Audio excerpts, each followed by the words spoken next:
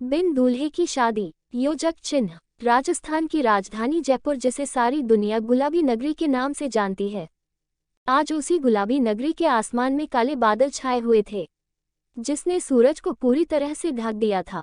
अपने घर की बालकनी में खड़ी अनाया की आंखें उदासी से भरी हुई थी। उसका दिल हजार टुकड़ों में टूटकर बिखर गया था। जिसमें वैभव के साथ उसने अपनी जिंदगी के हसीन सपने देखे थे, उसी वैभव की बाहों में अपनी सौतेली बहन नताशा को देखने से दुरा अनाया के लिए और कुछ नहीं था। उसने कभी सोचा भी नहीं था कि वैभव नताशा के लिए उसे धोखा देगा। उसके सीन पर हर आती जाती सॉस भी बोझ की तरह लग रही थी। दरवाजा खुलने की आवाज के साथ अनाया ने पलटकर देखा तो सामने उसकी बहन नताशा खड़ी थी। उसने मुस्कुराते हुए अनाया की तरफ देखा और उसके करीब आते हुए बोली, वैभव के बारे में सोचना बंद करो, वो मुझसे प्यार करता है, चुपचाप चचक से शादी कर लो। वर्चस्व रॉयल फैमिली का बेटा था, लेकिन उसके बारे में कहा जाता था कि वो बहुत एरोगेट और रूड है। वो बीमारी की वजह से बहुत कमजोर हो गया है और वो इतना बदसूरत है कि देखने वाले उसका चेहरा देखकर ही डर जाएं। अनाया ने उसकी आंखों में देखा और बोली, लेकिन इससे पहले कि उसके मुंह से एक और शब्द निकल पाता, नताशा मैं उसकी तरफ 2 कदम बढ़ाए और उसके सामने आकर बोली, वर्चस्व से शादी करने से मना करने से पहले एक बार गौरव के बारे में सोच लेना। अगर तुमने वर्चस्व से शादी करने से मना किया और गौरव बिना इलाज की तड़प तड़प कर मर गया तो इसकी जिम्मेदारी हमारी नहीं होगी। नताशा की बात सुनकर अनाया को ऐसा लगा जैसे किसी ने उसके दिल को चाकू से हजारों बार करते हुए चीर कर रख दिया। नताशा अनाया की आंखों में देखते हुए बोली, जब तक मेरी शादी नहीं हो जाती मैं गौरव का इलाज कराने में हिल करूंगी, लेकिन अगर तुमने वर्चस्व से शादी नहीं की तो मैं जल्द ही वैभव से शादी कर लूंगी और गौरव को लान बनने में ज्यादा दिन नहीं लगेंगे। अनाया ने कुछ सेकंड के लिए अपनी आंखें बंद की और उसकी आंखों के सामने अपने छोटे भाई गौरव का चेहरा घूमने लगा। 6 महीने पहले डॉक्टर से टेस्ट कराने के बाद पता चला कि गौरव को ल्यूकेमिया है। कीमोथेरेपी का खर्चा उठा पाना अनाया के बस की बात नहीं थी। उसके इलाज के लिए बहुत सारे पैसों की जरूरत थी। वैसे भी अब अनाया के पास जिंदा रहने की कोई वजह नहीं थी। उसकी जिंदगी में अगर कुछ सबसे ज्यादा मायने रखता था तो वो था उसका छोटा भाई गौरव, और अपने भाई को खोना नहीं चाहती थी। उसे खो देने के ही अनाया का दिल तड़प उठा। उसने एक बार माशा की बात को अपने माइंड में रिमाइंड किया, लेकिन वर्चस्व प्रताप सिंह के डरावने चेहरे और रूड बिहेवियर के बारे में सोचकर ही अनाया अंदर तक हिल गई। उसने नताशा की तरफ देखते हुए कहा, हमारे परिवार के पास पैसों की कोई कमी तो नहीं है। नताशा ने उसका मजाक उड़ाते हुए कहा, डॉट बी सिल्ली अनाया, वो पैसे तुम्हारे भी तो नहीं है। शादी की कार तुम्हारा बाहर इंतजार कर रही है। अगर तुमने रॉयल फैमिली को नाराज किया और उसके बाद गौरव के साथ कुछ भी बुरा हुआ तो उसकी जिम्मेदारी तुम्हारी। उसने कमरे में रखे बड़े से बाल पर नजर डाली जिसमें शादी को जोड़ा रखा हुआ था। इस बात में कोई शक नहीं था कि वो इंडिया की सबसे बड़े डिजाइनर के द्वारा डिजाइन किया गया शादी का जोड़ा था, जिसकी कीमत लाखों में थी।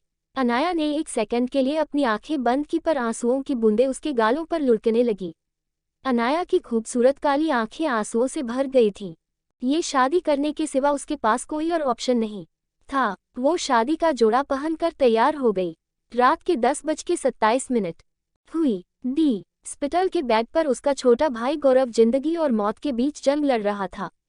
ब्लड कैंसर की वजह से उसका मासूम सा चेहरा पूरी सी तरह पीला पड़ गया था।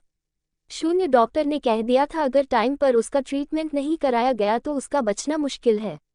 जब गौरव ने उसका हाथ पकड़कर रोते हुए कहा था, दीदी प्लीज मुझे बचा लो, मुझे मरना नहीं है, उसकी बात सुनकर अनाया का दिल तड़प कर रह गया था। उसका बस चलता तो वो अपने भाई की जान बचाने के लिए अपनी जान तक दांव पर लगा देती। यहाँ तो सिर्फ उससे शादी करने को कहा जा रहा था। तभी कार के होने की आवाज उसकी कानों में पड़ी तो अनाया के दिल की धड़कनें चढ़ गई। उसने खुद को संभाला और अपने आंसू पोंछते हुए बोली, नहीं, गौरव को कुछ नहीं हो सकता, मैं उसे कुछ नहीं होने दूंगी, कुछ भी नहीं। ये कहते हुए उसने अपने आंसू पोंछे और लहंगे को अपने हाथों की मदद से थोड़ा सा ऊपर उठाकर सीढ़ियां उतरते हुए नीचे आ गई। उसके जोड़े के रंग से भी ज्यादा सुख उसकी आंखें हो रही थी। उसने एक नज़र इस पर डाली, उसके दिल में दर्द की एक लहर दौड़ गई। ये घर उनका घर नहीं था, उसे अपने छोटे भाई के साथ यहाँ नहीं आना चाहिए था। जब वो घर से बाहर निकली तो 7 रोल्स रॉयस कार लाइन से खड़ी थी। उसने अपने लहंगे को संभाला और कार में जाकर बैठ गई। कार सड़कों पर दौड़ रही थी। 3 कार आगे, और 3 कार अनाया की कार के पीछे चल रही थी। उसे नहीं पता था ये रास्ता उसकी जिंदगी को कहाँ ले जाएगा। करीब आधे घंटे की ड्राइविंग के बाद कार एक मंदिर के सामने जाकर रुक गई। ये रॉयल फैमिली की कुल देवी का मंदिर था। देखकर ही लग रहा था कि मंदिर बहुत प्राचीन था। कार के रुकते ही अनाया कार से बाहर आ गई। उसने जैसे ही अपने कदम बढ़ाए सब लोग उसे ही देख रहे थे। वहां मुश्किल से 6-7 लोग होंगे, लेकिन दूल्हे की फैमिली से वहां कोई भी मौजूद नहीं था। जो भी लोग वहां मौजूद थे, अनाया को उन सब की जज करती हुई नजरें अपने ऊपर महसूस हो रही थी। कार से बाहर निकलकर मंदिर तक जाने का कुछ मीटर का फासला अनाया को मीलों की तरह लग रहा था। ऐसा लग रहा था जैसे सब उस पर हंस रहे हैं। अनाया जैसे जैसे मंदिर में अंदर पहुंची, वहां शादी की सब तैयारियां थी। हवन कुंड सज्जा था, यहाँ तक कि मंत्रोच्चारण के लिए पंडित भी था, लेकिन उसकी बेचैन आंखें तो अपने होने वाले पति को ढूंढ रही थी। अनाया ने अपनी नजरें इधर उधर दुहाई, लेकिन उसे दूल्हे का कोई नामो निशान तक नहीं मिला। जब पंडित ने उसे हवन कुंड के पास बैठने का इशारा किया और जोर से मंत्र बोलना शुरू कर दिया, ये सब देखकर अनाया का तो जैसे माइंड ही ब्लैंक हो गया। उसने उम्मीद भरी नजरों से उसकी तरफ देखा जो उसे मंदिर तक लाया था। नाम की सवालिया नजरों को भांपते हुए राकेश अनाया के करीब आया और सपाट लहजे में बोला, युवराज बीमार और कमजोर है, वो यहाँ नहीं आ सकते थे। अनाया ने बड़ी मुश्किल से खुद को संभाला और बोली, तो फिर ये शादी? राकेश ने इस बार भी बिना किसी एक्सप्रेशन के कहा, राज परिवार में शादी करने के लिए दूल्हे का होना जरूरी नहीं है, दूल्हे की तलवार से भी दुल्हन की शादी हो सकती है। उसकी बात सुनकर तो अनाया के दिल पर जैसे बिजली ही गिर पड़ी। उसे ऐसा लगा जैसे किसी ने उसके गालों पर एक साथ कई सारे थप्पड़ जड़ दिए हो।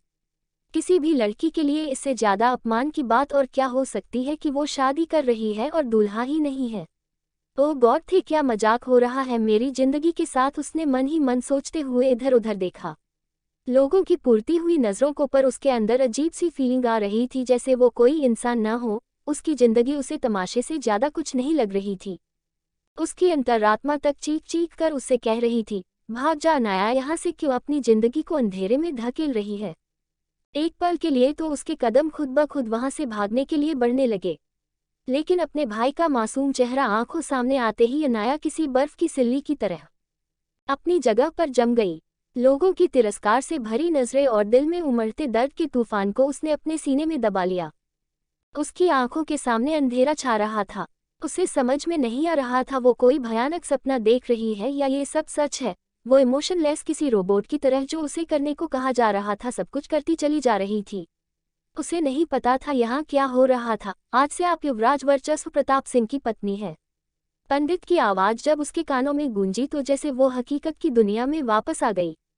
युवराज की तलवार से उसकी शादी हो चुकी थी। उसी समय इन सब से दूर सनडाउन हॉल के 300 स्क्वायर मीटर के एक बड़े से प्राइवेट रूम में लगी कर्व स्क्रीन पर रॉयल फैमिली की शादी का लाइव टेलीकास्ट चल रहा था। साइड में म्यूजिक बैंड लाइव परफॉर्मेंस दे रहा था। वेस्टर्न लाइट म्यूजिक के बीच 2 हैंडसम लड़के हाथों में वाइन का ग्लास लिए अपनी अपनी जगह पर बैठे हुए थे, और वहीं 3 खूबसूरत लड़कियां शॉर्ट ड्रेसेस में उनके आसपास मंडरा रही थीं। आकाश, जो वर्चस्व का छोटा भाई था, उसने वर्चस्व की तरफ देखा और स्क्रीन की तरफ हाथ लहरा कर कहा, भाई स्क्रीन पर आपकी न्यू वाइफ को दिखाया जा रहा है, देखिए तो सही किसी लग रही है। अनाया रिश्ते में आकाश की भाभी लगती थी, लेकिन वर्चस्व ने एक नज़र उठाकर स्क्रीन की तरफ देखना तक जरूरी नहीं समझा और अपने हाथ में लिए हुए वाइन के ग्लास को हिलाते हुए वाइन के घूंट पीता रहा। वो अपने सोफे पर अकेला बैठा था। उसके बगल में एक सिंगल आर्मेचर पर आकाश बैठा था। वर्चस्व की स्ट्रॉन्ग जिम्नास्टिक बॉडी पर एक्सपेंसिव रॉयल सूट बहुत खूबसूरत लग रहा था। उसकी काली गहरी आंखें, लंबी सीधी नाक और पतले होठ किसी भी लड़की को दीवाना बनाने के लिए काफी थे। उसकी बड़ी वेज में राजद का कॉन्फिडेंस था और उस एक मूवमेंट में सैंपल एटीट्यूड साफ नजर आ रहा था। उसका गौत इस कदर था जैसे उसे दुनिया की कोई परवाह ही नहीं है। उसी वक्त सामने लगी स्क्रीन में अनाया अपनी जगह से उठकर खड़ी हो रही थी। दुल्हन के जोड़े में वह किसी खूबसूरत परी की तरह नजर आ रही थी। उसकी उदासी से भरी बड़ी बड़ी काली आंखें, खूबसूरत गोरा चेहरा, उसकी बॉडी का हर एक कर्व किसी भी लड़के के अरमानों को मचलने पर मजबूर करने के लिए काफी था। वर्चस्व ने आकाश की तरफ देखा और स्क्रीन की तरफ हाथ का इशारा करते हुए कहा, इसे बंद कर दो। आकाश ने वर्चस्व के मुंह से यह सुना तो उसके माथे पर सब पड़ गई। उसने कन्फ्यूजन से वर्चस्व की तरफ देखा और बोला, जब उसे देखना तक नहीं था तो शादी क्यों की? आपकी जगह में होता तो ये कभी नहीं करता। लेकिन वर्चस्व ने उसकी बात का कोई जवाब नहीं दिया। ये जानते कि वो आपके बेवकूफ़ भतीजे वैभव की एक्स गर्लफ्रेंड है, आपके ऐसा करने से फैमिली के सब लोग आपका मजाक उड़ाएंगे। आकाश ने वहीं सामने टेबल पर फ्रूट बास्केट से कुछ अंगूर उठाए और उन्हें अपने मुंह में डालते हुआ दोबारा से बोला। वर्चस्व रॉयल फैमिली का युवराज था, लेकिन उसके पारिवारिक दुश्मनों ने कुछ साल पहले उसकी हत्या की खबर उड़ाई थी। लेकिन उसके बिजनेस कंपेनियन में से किसी ने उसके जिंदा होने की खबर देकर सबको चौंका दिया था। लेकिन उसके दुश्मनों से ये सब बर्दाश्त नहीं हुआ और उन्होंने उसके बारे में यह अफवाह फैला दी कि वो बहुत बीमार और कमज़ोर हो गया है। हालांकि इस बात में रत्ती भर भी सच्चाई नहीं थी।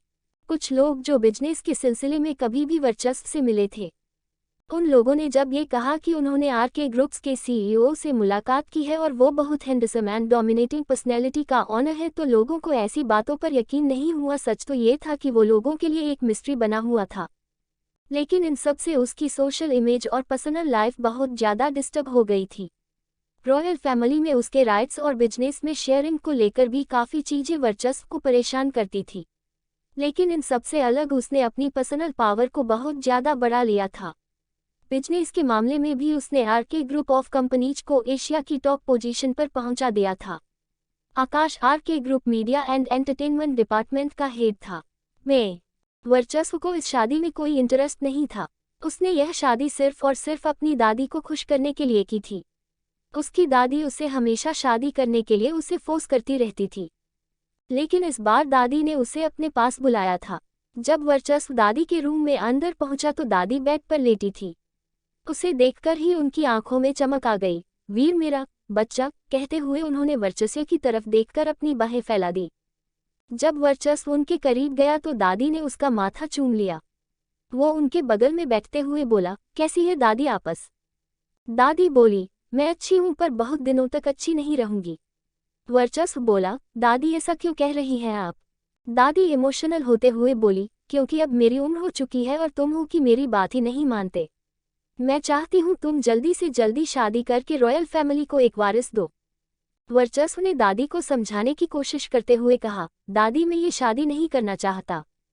इससे पहले कि उसकी बात पूरी हो पाती दादी जिद करते हुए बोली, मुझे कुछ नहीं पता, अगर तुमने शादी नहीं की तो मैं तुमसे कभी बात नहीं करूंगी। ये कहते हुए वर्चस्व की दादी ने वर्चस्व की तरफ से अपना मुंह फेर लिया। दादी के ऐसा करने पर उसके मुंह से ठंडी आह निकल गई। वो दादी का हाथ पकड़ते हुए बोला, आप जानती हैं मैं आपको नाराज नहीं कर सकता। दादी ने फौरन अपना हाथ वर्चस्व के हाथ पर रखा और बोली, तो फिर वादा कर तू शादी के लिए मना नहीं करेगा। मैं बस मरने से पहले तेरे बच्चों को अपनी गोद में खिलाना चाहती। इस बार वर्चस्व मना नहीं कर पाया और उसने शादी के लिए हाँ कह दिया। शादी करने तक तो फिर भी ठीक था, लेकिन वर्चस्व को बच्चा पैदा करने में कोई भी इंटरेस्ट नहीं था। वैसे तो वो किसी की परवाह करने वाला इंसान नहीं था, लेकिन दादी का उसके लिए प्यार उसको शादी करने के लिए मजबूर कर गया। और वैसे भी उसकी दादी के सिवा उसकी लाइफ में कोई भी ऐसा नहीं था जिसके साथ वो इमोशनली अटैच्ड हो। लोग तो उसे एक इंसान के रूप में भी जानते थे जिसका फीलिंग से कोई लेना देना नहीं है। आकाश ने अपने बगल से गुजरती हुई एक खूबसूरत लड़की की तरफ नजर देखा जिसके हाथों में एक थी जिसमें वाइन का भरा हुआ ग्लास रखा हुआ था। लड़की वर्चस्व के पास पहुंची और उसने झुककर टेबल पर अपनी रख दी। उसने वाइन का ग्लास अपने हाथ में उठा लिया और अपने ड्रेस के टॉप को थोड़ा नीचे खिसकाया था। वर्चस्व की तरफ देखकर हौले से मुस्कुरा दी। उसके इरादों को भूल ही गया था। इससे पहले कि वो लड़की एक भी उसकी तरफ बढ़ा पाती उसने अपनी राज और गहरी आवाज में गुस्से से गरजते हुए कहा, दूर हो जाओ मेरी नजरों में। जब उस लड़की ने वर्चस्व की तरफ देखा तो उसकी आंखें अंगारे उगल रही थी। उसका और 1 मिनट के अंदर इस कदर भयानक हो गया था कि लड़की की डर के कारण सांधे ही अटकने लगी। वर्चस्व का इतना भयानक रूप देखकर उसके कदम नहीं ठहर गए। उसे ऐसा लग रहा था कि अगर उसने एक कदम भी और आगे बढ़ाया तो वर्चस्व उसका गला दबा देगा। लड़की ने अपने कदम तुरंत पीछे खींच लिए और हड़बड़ाते हुए वहां से भाग गई। आकाश ने जब वर्चस्व की इस हरकत को देखा तो वो उसका मजाक उड़ाते हुए बोला, अब तो लड़कियों में इंटरेस्ट लेना शुरू कर दो भाई, आज रात आपकी फर्स्ट नाइट है। अगर आप ऐसे ही लड़कियों से दूर भागते रहे तो आप ही सोचिए आपकी खूबसूरत रात किस तरह बर्बाद हो सकती है। वर्चस्व ने टेबल पर रखा वाइन का ग्लास फिर से उठाते हुए आकाश को खा जाने वाली नजरों से घूर कर देखा। जब आकाश ने उसकी गुस्से से घूरती हुई नजरों को खुद पर महसूस की तो उसने दांतों तले अपनी जुबान को दबा लिया और सहमकर अपना मुंह बंद कर लिया। वर्चस्व ने वाइन का गिलास टेबल पर रखा और सिगरेट सुलगाकर उसके लंबे लंबे कस भरने लगा। क्या होगा जब अनाया का सामना वर्चस्व से होगा? क्या वर्चस्व कभी अनाया को एक्सेप्ट कर पाएगा? चैप्टर 2 पहली मुलाकात। चैप्टर 2 पहली मुलाकात। शादी के बाद रॉयल फैमिली की कारों का काफिला अनाया को लेकर रॉयल पैलेस पहुंच चुका था। शहर से दूर ऊंची पहाड़ी पर बना हुआ ये पैलेस बहुत भव्य और आर्किटेक्ट का बेजोड़ नमूना था। चारों तरफ से ऊंची दीवारों से कवर्ड था। सभी कारें बड़े और ऊंचे से दरवाजे के भीतर चली जा रही थी। उस दरवाजे को देखकर कोई भी समझ सकता था कि किसी जमाने में यहाँ से रॉयल फैमिली के लोग हाथी पर बैठकर निकलते होंगे। उस दरवाजे के अंदर पहुंचते ही कार चौड़े से रास्ते पर आ गई, जिसके चारों तरफ गार्डन था। अंदर पहुंचकर देखने पर शाही रियासत कई सारे छोटे बड़े पैलेस के रूप में दिखाई देने लगी। उन ऊंची ऊंची दीवारों के भीतर horse riding, shooting range, football playground और मनोरंजन की सभी फैसिलिटीज अवेलेबल थी। चलते हुए कार मेन पैलेस के सामने जाकर रुक गई। ये सब देखकर अनाया को यह एहसास हो गया था कि वर्चस्व की फैमिली के कंपैरिजन में उसका परिवार कितना गरीब है। अनाया की कार से नीचे उतरते ही राकेश, जो कि पैलेस की सभी सर्वेंट्स का हेड भी था, उसने अनाया की कार से तलवार निकालकर अनाया के हाथों में पकड़ा दी। अनाया ने तलवार पकड़ते ही राकेश उसे देखकर फॉर्मलिटी से मुस्कुरा दिया। लेकिन अनाया की हैरानी का इस वक्त भी ठिकाना ना रहा जब उसने देखा कि उसे रिसीव करने फैमिली का कोई भी मेंबर नहीं आया था। एक बार फिर अनाया के दिल में दर्द की लहर दौड़ गई। पहले बिना दूल्हे की शादी और अब दुल्हन का वेलकम करने के लिए घर का कोई भी सदस्य सामने नहीं आया। अनाया ने अपना लहंगा संभालते हुए तलवार को भी अपने हाथों में पकड़कर धीरे धीरे अपने कदम बढ़ा दिए। दोनों तरफ ट्रेडिशनल ड्रेस में 20 से ज्यादा नौकर हाथों में बड़े बड़े थाल लिए खड़े थे। अनाया ने चारों तरफ नजर दौड़ाई। तभी राकेश उसके करीब आया और बोला, रॉयल फैमिली में लेट आने वाले लोगों को पसंद नहीं किया जाता। उसकी आवाज में कूट कूट कर मिठास भरी थी, लेकिन साफ पता चल रहा था कि वो अनाया को ताना मार रहा है। अनाया जैसे ही महल के करीब पहुंची, दोनों तरफ खड़ी सर्वेंट उस पर फूल बरसाने लगे। उनमें से सभी फीमेल सर्वेंट राजस्थान की ट्रेडिशनल फोक सॉन्ग गा रही थी। राकेश अनाया को लेकर महल में अंदर चला गया। जब तक अनाया महल में अंदर नहीं पहुंच गई तब तक दोनों तरफ से उसके ऊपर लगातार फूल बरसते रहे। अंदर ले जाकर अनाया को एक बड़े से कमरे बैठा दिया गया। अनाया ने चारों तरफ देखा। कमरा बड़ा और खूबसूरत था। ट्रेडिशनल और मॉडल इंटीरियर का बड़ा ही खूबसूरत तरीके से कॉम्बिनेशन किया गया।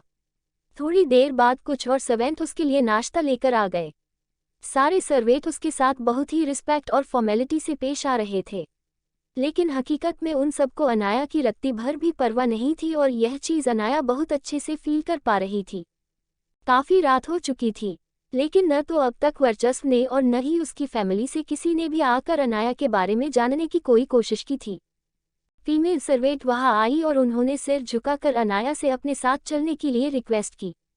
अनाया उन दोनों फीमेल सर्वेंट के साथ एक बड़ी सी गैलरी में से गुजर रही थी। पहले इसकी छत दीवारों पर बनी नक्काशी इतनी बारीक और खूबसूरत थी कि देखने वाले अपनी पलकें तक झपकाना भूल जाए। चलते हुए रास्ते में उसे राकेश मिल गया। उसने रुककर राकेश से पूछा, अंकल युवराज महल में नहीं है क्या? AA। हालांकि अनाया को उससे इस तरह पूछना अच्छा नहीं लग रहा था, लेकिन सिर्फ और सिर्फ उसी का चेहरा था जो अनाया के लिए यहाँ जाना पहचाना था।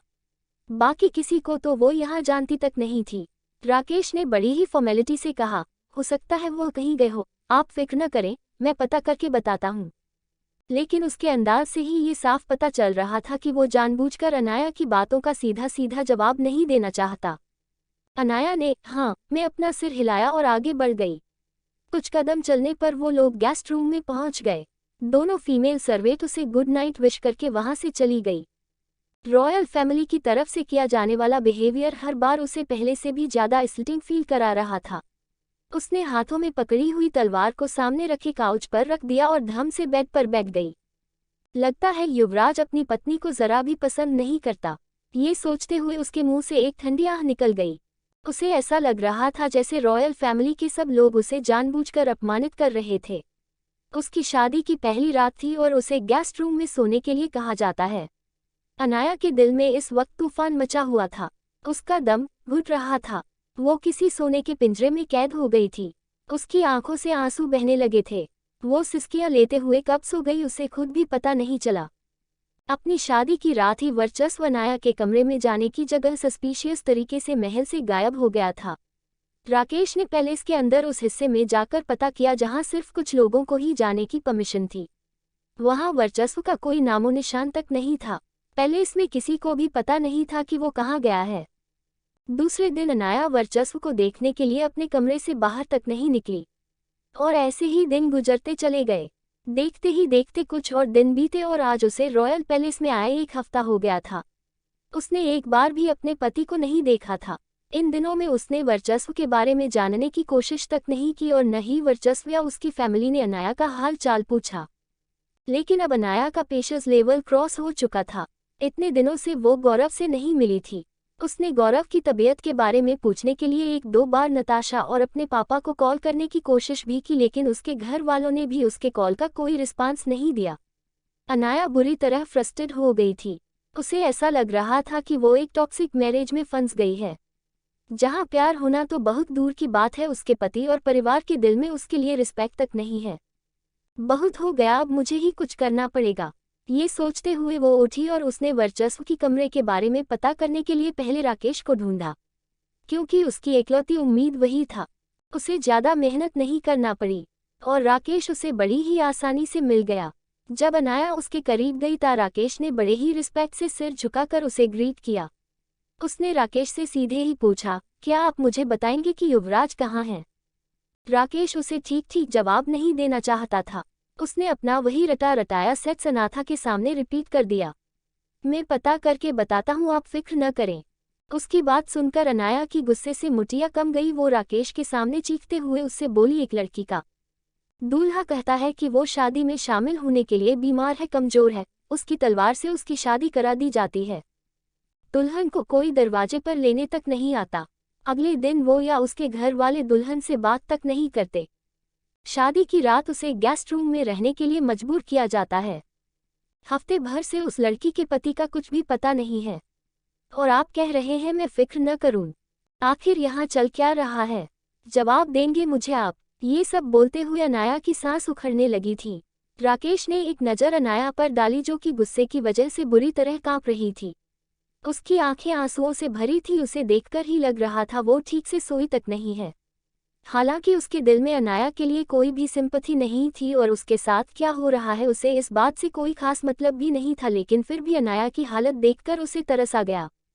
उसने बड़े ही पोलाइट तरीके से कहा, मैं आपको युवराज का कमरा दिखा देता हूँ, इससे ज्यादा कुछ नहीं कर सकता। उसने वर्चस्व का कमरा अनाया को दिखा दिया। अनाया के गुस्से वाले एक्सप्रेशन कुछ कम हुए, लेकिन उसका चेहरा अब भी बुरी तरह लाल हो रहा था। राकेश के बताने पर अनाया वर्चस्व के कमरे की तरफ बढ़ गई। अभी अभी उसने राकेश के सामने अपना जो हाई लेवल एगर डेमो दिया था अब वो हवा हो गया था।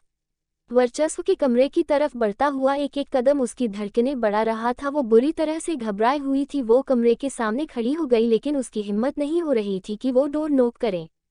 पता नहीं मैं कैसे अपने रूड, एरोगेट, एंग्री और बदसूरत हस्बैंड का सामना करूंगी। ये सोच सोचकर ही उसकी हालत खराब जा रही थी। उसने 2-4 गहरी सांसें भरकर खुद को संभालने की कोशिश की और कांपते हाथों से दरवाजा लॉक कर दिया। 3-4 बार नॉक करने पर भी जब अंदर से कोई भी रिस्पांस नहीं मिला तो उसने दरवाजे को धीरे से ही धकेला। दरवाजा पहले से ही खुला हुआ था। वो अंदर रूम में आ गई। अंदर कमरे में पहुंचते ही उसकी हैरानी से आंखें फैल गई। रूम उसकी उम्मीदों से काफी बड़ा था। बीचों बीच बड़ा सा किंग साइज बेड, सामने टी टेबल और काउच के साथ सिंगल आर्मचेयर रखी थी। दीवारों पर शानदार टेक्सचर में व्हाइट और वुडन कलर का यूज किया गया था। इंटीरियर में क्लासिकल और मॉडर्न आर्ट का बहुत ही खूबसूरती के साथ कॉम्बिनेशन बनाया गया था। खिड़कियों पर लिनन के पड़े कमरे को बहुत ही कूल बना रहे थे। डेकोरेशन के लिए रखे हुए एक एक एंटीक पीस की कीमत लाखों में होगी। रूम में लेटेस्ट टेक्नोलॉजी और लाइटिंग का यूज कमरे की लग्जरी की ओर ज्यादा बढ़ा रहा था। उसने कमरे में इधर उधर देखा, लेकिन उसे वहां कोई भी नहीं दिखा। उसने मन में सोचा, राकेश अंकल ने कहा था कि युवराज का कमरा है, लेकिन यहाँ तो कोई भी नहीं है। तभी उसकी नज़र स्क्रीन पर पड़ी जिसका इस्तेमाल बात करने के लिए किया जाता था। उसने स्क्रीन की तरफ देखा तो उसे एक परछाई नजर आई। वो वर्चस्व से स्क्रीन की हेल्प से बात करने के लिए स्क्रीन के करीब चली गई। उसने गहरी सांस ली और कैमरे की तरफ देखकर बोली, युवराज, मुझे आपसे बात करनी है। मैं जानती हूँ आप मुझे पसंद नहीं करते, लेकिन आप फिक्र ना करें, मैं यहाँ आपको बिल्कुल भी परेशान नहीं करूँगी। बस मैं आपसे कुछ बातें कहना चाहती हूँ। बोलते बोलते उसने अपनी साड़ी का पल्लू जोर से कस लिया और वो अपनी इंडेक्स फिंगर में उसे लपेट रही थी। उसकी हालत देखकर ही लग रहा था वो कितनी नर्वस है। वो स्क्रीन की तरफ देखकर एक बार फिर बोली, मैं अभी स्टूडेंट हूँ और क्लासेज स्टार्ट होते ही फिर से स्टडी कंटिन्यू करना चाहती हूँ। मैं हर हफ्ते अपने भाई से मिलने जाना चाहती हूँ। इतना कहकर उसने बोलना बंद कर दिया। मैं डाउन टू द टॉप नाम के एक फेमस मॉडल कंपटीशन में पार्टिसिपेट करना चाहती हूँ, कभी कभी घूमने जाना चाहती हूँ। हालांकि युवराज से इतने सारे सवाल पूछने की अनाया की हिम्मत नहीं हो रही थी, लेकिन वो ये सब वर्चस्व से कहना चाहती थी। वो कुछ सेकंड रुकी और उसने फिर से स्क्रीन की तरफ देखकर बोलना शुरू कर दिया, मैं जानती हूँ आप बीमार है, कमजोर है, इसलिए आप लोगों से नहीं मिलना चाहते, किसी की सूरत नहीं देखना चाहते। लेकिन मुझे लगता है आपको बाहर जाकर दुनिया देखना चाहिए, लोगों से इंटरेक्ट करना चाहिए और हम जैसे भी हैं हमें खुद को पूरी तरह एक्सेप्ट करना चाहिए। लोग क्या कहते हैं उस बात को इग्नोर करते हुए तुम ये सब किसके बारे में कह रही हो? तभी अनाया के कानों में सख्त आवाज गूंज गई। वो चौंक कर पलटी तो उसके सामने कुछ मीटर की दूरी पर एक परफेक्ट पर्सनालिटी का हैंडसम सा शख्स खड़ा था। उसकी हाइट तकरीबन 6 फीट के करीब रही होगी। उसकी मस्क्यूलर बाइसेप्स और 8 एब्स चॉकलेट बार की तरह हाईलाइट होकर दिख रहे थे। उसके बाल गीले थे, उसे देखकर ही लग रहा था कि वो अभी अभी नहाकर आया है। उसकी एथलेटिक बॉडी बहुत सेक्सी लग रही थी, जिसे देखकर कोई भी गोल्ड मेडलिस्ट शर्मा जाए। उसके चेस्ट पर पानी की कुछ बूंदें जमी हुई थी और उसके बालों से टपकने वाला पानी उसकी मसल्स पर ऐसे फिसल रहा था जैसे किसी टेढ़े मेढ़े रास्ते से होकर कोई नदी बहती है। उसने अपनी कमर पर एक मीडियम लेंथ का टॉवल पहना हुआ था। उसकी गहरी आंखें उस वक्त अनाया को ही एकटक देख रही थी। अनाया पहले से ही बहुत घबराई हुई थी और जब उसने अपने सामने खड़े हुए शख्स को ऑलमोस्ट नेकेड देखा तो वो जोर से चीखी और उसने अपनी आंखें बंद करते हुए दोनों हाथों से फेस कवर कर लिया और पीछे पलटकर बोली, तुम कौन हो? यहाँ क्या कर रहे हो? कपड़े क्यों नहीं पहन लेते? ये पहली बार था जब अनाया ने इस तरह से किसी लड़के को अपनी आंखों के सामने देखा था। मेरे कमरे में खड़ी होकर मुझसे ही पूछ रही है कि मैं कौन हूँ? ये सोचते हुए वर्चस्व के चेहरे पर सरकास्टिक सी स्माइल आ गई। उसने बहुत अच्छी एक्टिंग की। ऐसी अनगिनत लड़कियां थीं जिसने आज तक उसे बहकाने की कोशिश की थी। ये तो सिर्फ उसके कमरे में खड़ी थी, कई लड़कियों ने तो उसके बेड पर आने की तक हिम्मत कर डाली थी। हालांकि इसका अंजाम क्या हुआ ये अलग बात है। उसने कई लड़कियों को इस तरह से इनोसेंट बनकर उसे इम्प्रेस करने की कोशिश करते हुए देखा था। उनमें से कई तो बहुत खूबसूरत भी थीं, लेकिन इन सब हरकतों ने वर्चस्व का गुस्सा ही भड़काया था और उन्हें उन लड़कियों से नफरत ही हुई, इससे ज्यादा कुछ नहीं। वर्चस्व ने बड़े ही ठंडे लहजे में कहा, क्या तुम मुझे इम्प्रेस करने के लिए, मेरा अटेंशन पाने के लिए ये सब नॉनसेंस ड्रामा कर रही हो? तो फिर बहुत बड़ी गलती कर रही हो। ये सुनकर अनाया की सांसें उसके सीने में ही अटक गई और वो एकटक अपने सामने खड़े अजनबी शख्स की ओर ही देखने लगी। और इस वक्त वर्चस्व भी अनाया को ही एकटक देख रहा था। क्या अनाया वर्चस्व को समझा पाएगी अपनी बात? क्या वर्चस्व अनाया को कभी अपना पाएगा?